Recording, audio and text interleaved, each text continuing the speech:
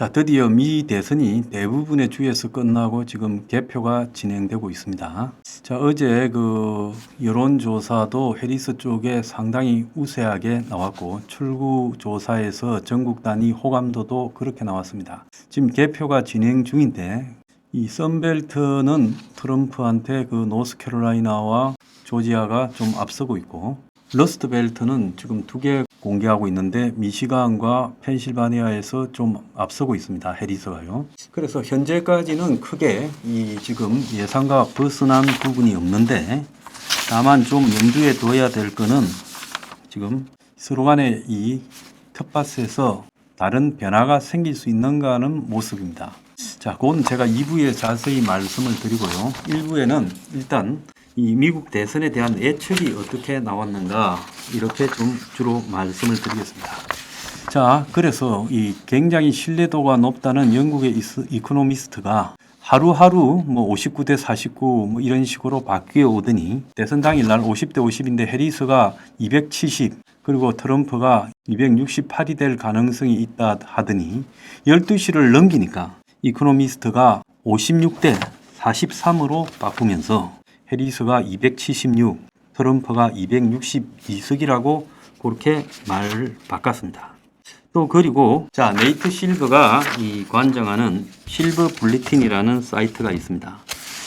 자, 이자는 지금 네이트 실버는 끝까지 이 지금 트럼프가 이길 것 같아 하다가 대선 직전에 이 동점이다 이렇게 말하고 완전 동점이라고 하다가 자, 오늘 12시가 딱 지나니까 지 사이트 실버 블리틴에 8만 번을 시뮬레이션 해봤는데 그 중에 4만 12번, 즉 중간이 4만인데 12번을 8만 번 중에 12번을 더 이기더라. 그래서 해리스의 확률이 50.02로 돼 트럼프 49.6475로 조금 더 높다.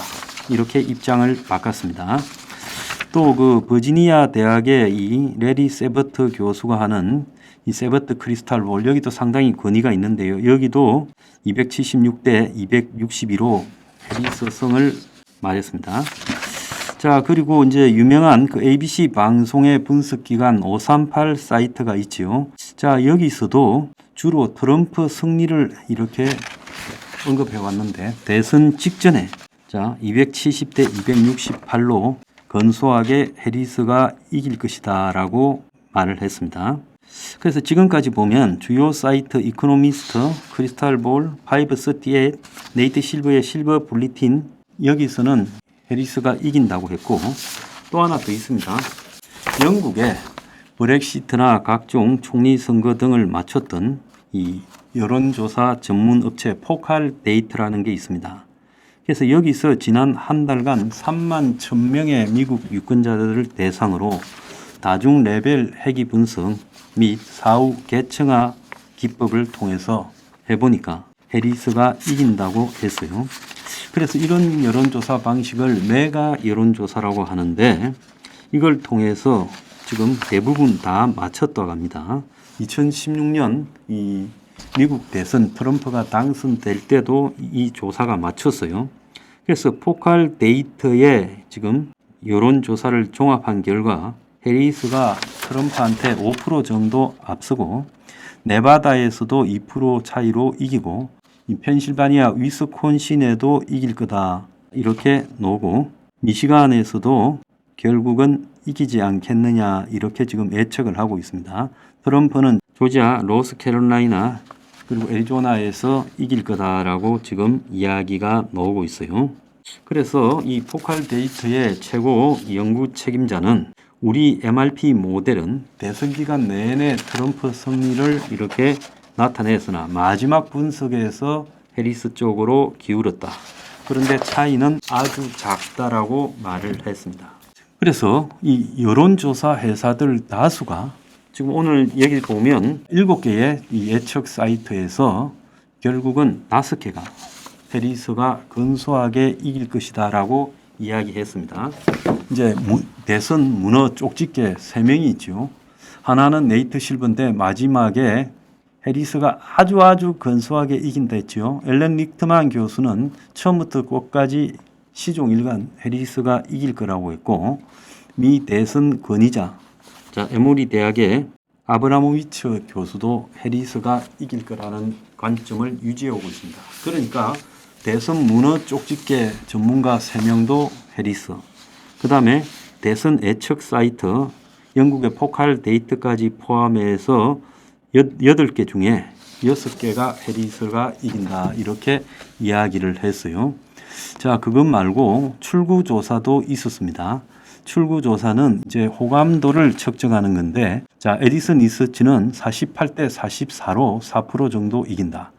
또 CNN은 46대 42로 해리스가 지금 4%로 이길 거다. 그래서 대선 직전에 나왔던 몇몇 조사에서 해리스가 전국적으로 한 4% 이길 것이다 했는데, 출구 조사에서도 그렇게 나오고 있다는 겁니다. 자, 일부 미국의 전문가들은 이게 박빙이 아니라 선거 결과가 압승이 될 것이다 라고 말하는 사람도 있습니다.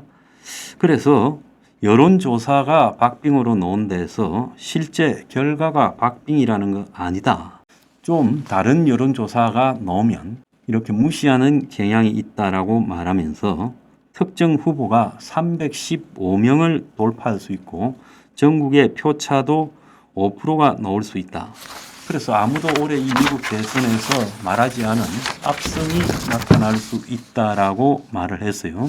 여론조사가 박빙인데도 정작 선거 결과는 어느 한쪽으로 급격하게 쏠리는 것은 여론조사의 오차 범위인데, 자, 거기에 상당한 주관적인 부분들이 들어가 있기 때문에 이 여론조사가 잡아내지 못하는 이 부분이 있고 여론조사의 확률이 제한적일 수 있다. 그래서 예측과 결과는 차이가 날 수 있다라고 말을 하고 있어요. 자, 여러 선거를 분석하는 538, 538 사이트에도 오차가 4, 5%쯤 됐다는 겁니다. 그래서 뉴욕타임즈는 올해처럼 여론조사와 실제 결과 간에 플러스 마이너스 4.8% 내에서 오차가 발생한다고 가정하면 승리한 후보는 접전이 아닌 4.8%포인트 차로 완승을 거두는 일도 나타날 가능성이 많다라고 말을 했어요. 자, 그런데 NIT는 7개 경합주 중에서 각각 4.8%씩 해리스의 지지율을 여론조사가 과소평가하는 것으로 드러난다면 해리스가 319명의 선거인단을 얻으면서 219명의 선거인단을 확보한 트럼프와 100개쯤 차이가 날 수 있다. 그런데 7개 경합주에서 트럼프를 과소평가했다면 트럼프가 312명을 확보해서 226명을 확보한 해리스를 압도할 것이다. 자, 전체적인 지금 예측은 이때까지의 분위기하고는 다르게 전문가들 3명 그리고 예측 사이트 8개 중에 6대2로 해리스가 앞서간다. 또 출구조사도 4% 정도 앞서간다고 나왔습니다. 자, 제가 들어오기 전에 이 격전지 4군데를 좀 봤어요. 자, 러스트 벨트에서는 위스콘신에서는 여론조사가 안 나오고 있고 미시간하고 이 펜실바니아만 나왔는데, 제가 이 방송을 하기 직전인 11시 한 30분경에 미시간에서는 이 해리스가 52.8 그리고 트럼프가 45.2 개표율 10%입니다. 자, 펜실바니아에서는 개표율 22%에 해리스가 58.1 트럼프가 41이 나왔어요. 그래서 이 두 군데도 박빙이다라고 말을 했지만 사실 여론조사 회사들은 미시간은 해리스다라고 이렇게 규정했어요. 자, 그래서 펜실바니아가 관건인데 지금 58.1% 대 41% 너무 차이가 나고 있어요. 이것은 아마 표를 깨는 지역의 편차 때문이고 결국은 펜실바니아도 1%, 많게는 2% 안에서 결론이 날 가능성이 있다. 아마 이 펜실바니아가 이 피츠버그나 이 필라델피아 같은 대도시 지역이 있고 또 완전 농촌 지역도 있기 때문에 이것은 좀 지켜봐야 된다. 어쨌든 펜실바니아에서 22%를 깼는데도 해리스가 의외로 많이 이기고 있는 것은 사실이다. 이렇게 봐야 된다. 자, 위스콘신은 해리스가 승리할 거라고 봐요. 그래서 사실 이번 대선의 핵심은 펜실바니아만 보면 됩니다. 펜실바니아만 보면 되지. 거기 나머지 부분을 보고 야, 벌겋게 물들고 있네. 그걸 갖다 레드 신기루라고 하지 않습니까? 항상 서부 쪽은 좀 늦게 끄고 또 트럼프가 당선될 만한 지역은 좀 일찍 깨요. 그래서 선거 때마다 최근에 반복되는 일이니까 그건 신경 쓸 필요가 없고 펜실바니아만 보면 돼요. 위스콘신도 저는 해리스가 이긴다고 확신합니다. 해리스가 미시간, 위스콘신, 펜실바니아만 이기면 대선 끝이다. 자, 그러면 선벨트는 어떻게 됐냐? 2부에서 하겠습니다.